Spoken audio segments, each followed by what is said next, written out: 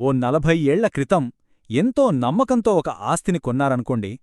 అన్నీ సవ్యంగానే ఉన్నాయి అనుకుంటున్న టైంలో ఉన్నట్టుండి ప్రభుత్వం వచ్చి, ఏవండీ, ఆ కొనుగోలు అస్సలు చెల్లదు, భూమిని ఖాళీ చెయ్యండి అంటే పరిస్థితి ఎలా ఉంటుంది? వినడానికే షాకింగ్గా ఉంది కదూ! సరిగ్గా ఇలాంటి ఒక సంక్లిష్టమైన న్యాయ పోరాటం గురించే ఇప్పుడు మనం తెలుసుకోబోతున్నాం. మామూలుగా మొదలైన ఒక భూమి కొనుగోలు దశాబ్దాలపాటు సాగే పోరాటంగా ఎలా మారిందో చూద్దాం. అంటే చట్టబద్ధంగా అన్ని డాక్యుమెంట్లు చూసి రిజిస్టర్ చేసుకుని కొన్న ఆస్తిపై దాదాపు 40 ఏళ్ల తర్వాత కూడా హక్కులు కోల్పోయే ప్రమాదముంటుందా? ఈ ప్రశ్న కేవలం ఆ ఒక్క వ్యక్తికి సంబంధించింది కాదు.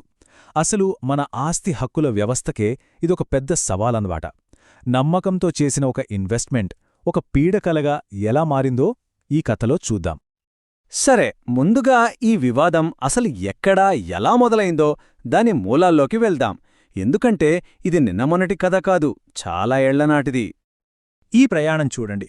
1961లో ప్రభుత్వం కొంతమంది పేదవాళ్లకు భూమి ఇవ్వడంతో కథ మొదలైంది. తర్వాత కొన్ని చేతులు మారి ఫైనల్గా 1981లో మన పిటిషనర్ చేతికి వచ్చింది. అంతా బానే ఉంది.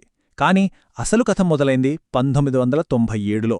అంటే వాళ్లు కొన్న 16 ఏళ్ల తర్వాత ప్రభుత్వం రంగంలోకి దిగినప్పుడు. అక్కడి నుంచి మొదలైన ఈ పోరాటం 2021లో తుది తీర్పు వచ్చేదాకా సాగింది. ప్రతి మలుపులను ఉత్కంఠే. మరి ఇన్నేళ్ల తర్వాత ఆ భూమిని స్వాధీనం చేసుకుంటామంటే ఆ భూమిని కొన్న పిటిషనర్ ఊరుకుంటారా? వాళ్లవైపు వాదనలేంటి? కోర్టు ముందు వాళ్ళేం చెప్పారు? ఇప్పుడు చూద్దాం. పిటిషనర్ వాదనలు చాలా లాజికల్గా ఉన్నాయి.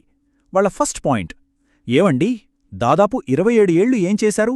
ఇన్నేళ్ల తర్వాత నిద్రలేచి వచ్చి భూమి మీది కాదనడమేంటి? ఇది అన్యాయం కదా అన్నారు. రెండోది, మేమేమి గుడ్డిగా కొనలేదు, అన్ని రికార్డులు చెక్ చేశాకే కొన్నాం అని చెప్పారు. ఇక మూడోది, అసలు అమ్మిన వాళ్లకు నోటీసులు ఇవ్వకుండా ఇప్పుడు మా దగ్గరుందని మమ్మల్ని బాజుల్ని చేయడమేంటి? ఇవన్నీ ప్రభుత్వ విధానాల్లోని లోపాలే అని గట్టిగా వాదించారు. ఇదే వాళ్ల వాదనలో అత్యంత కీలకమైన పాయింట్. చట్టంలో టైం లిమిట్ పెట్టలేదనుకోండి, దాని అర్థం అధికారులు ఎప్పుడంటే అప్పుడు, అంటే 25 ఏళ్ల తర్వాత కూడా చర్యలు తీసుకోవచ్చా? అది సరికాదు. ఏదైనా సరే ఒక రీజనబుల్ టైం లోపలే చెయ్యాలి. లేదంటే ఇంక ఎవరికీ తమ ఆస్తులపై భద్రత అనేదే ఉండదు అనేది వాళ్ల ప్రధాన ఆర్గ్యుమెంట్. ఇదంతా పిటిషనర్ వైపు కథ. మరి దీనికి ప్రభుత్వమేం సమాధానం చెప్పింది?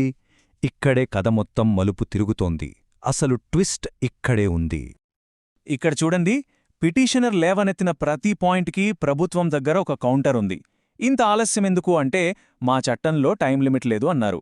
మంచి నమ్మకంతో కొన్నామంటే కేవియట్ ఎంప్టర్ అంటే కొనేవాళ్లే జాగ్రత్త పడాలి అనే సూత్రం ఉందని చెప్పారు. కానీ ప్రభుత్వం వేసిన అసలు బ్రహ్మాస్త్రం చివరి పాయింట్. అదేంటంటే ఈ వాదనలన్నీ అనవసరం, ఎందుకంటే ఆ భూమిని మొదటినుంచి అమ్మడానికే వీల్లేదు, అది చట్టవిరుద్ధం. ఈ ఒక్క పాయింట్తో కేస్ మొత్తం మారిపోయింది.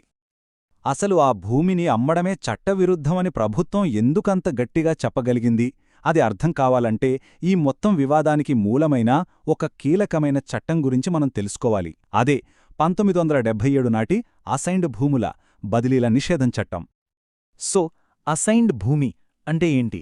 సింపుల్గా చెప్పాలంటే అది కేవలం ఒక ఆస్తి కాదు. ప్రభుత్వం భూమి లేని నిరుపేదలకు వాళ్ల జీవనోపాధి కోసం ఇచ్చే ఒక సహాయమన్నమాట. అయితే దీనికి ఒకే ఒక పెద్ద కండీషనుంది. అదేంటంటే ఆ భూమిని ఎట్టి పరిస్థితిలోనూ అమ్మకూడదు. మరి భూమి లేని నిరుపేద అంటే ఎవరు? చట్టం చాలా క్లియర్గా చెప్తోంది. ఎవరికైతే 2.5 ఎకరాల మాగాని లేదా 5 ఎకరాల మెట్టభూమి కన్నా తక్కువుండి బ్రతకటానికి వేరే ఆధారం లేదో వాళ్లే ల్యాండ్లెస్ పూర్ పర్సన్. సో ఇది అందరికోసం కాదు, కేవలం అత్యంత నిరుపేదల కోసమే ఈ స్కీమ్. ఇది చట్టంలోని సెక్షన్ 3 నుంచి తీసుకున్న వాక్యం. ఎంత పవర్ఫుల్గా ఉందో చూడండి. అసైన్డ్ భూమిని ఒకవేళ ఎవరైనా అమ్మినా కొన్నా ఆ లావాదేవీ చెల్లదు. అంతేకాదు, అసలు ఆ ట్రాన్సాక్షనే జరగనట్టుగా భావించాలి అని చాలా స్ట్రాంగ్గా చెప్తోంది. ప్రభుత్వ వాదనకు ఇదే అసలైన పునాది. సరే, చట్టమెంత క్లియర్గా ఉంది. మరి కోర్ట్ ఫైనల్గా ఏం చెప్పింది? వాదనలన్నీ విన్నాక తుది తీర్పు ఏమొచ్చింది చూద్దాం. ఇప్పుడు మనందరికీ ఒక డౌటొస్తుంది. ఓకే, అమ్మకూడదు, కాని తెలియక అమాయకంగా కొన్నవాళ్ల పరిస్థితి ఏంటి? వాళ్ళని కాపాడటానికి చట్టంలో ఎలాంటి వెసులుబాటు లేదా? ఈ పాయింట్నే కోర్టు కూడా లోతుగా పరిశీలించింది. చట్టంలో ఒక మినహాయింపుంది, కాని దానికి 2 కండీషన్లు పాస్ అవ్వాలి. ఒకటి కాదు, 2 నెరవేరాలి.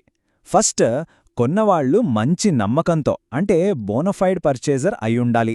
సెకండ్, ఇంకా ముఖ్యంగా ఆ కొన్న వ్యక్తి కూడా భూమిలేని నిరుపేద అయ్యుండాలి. ఇక్కడే పిటిషనర్ కేస్ దెబ్బతింది.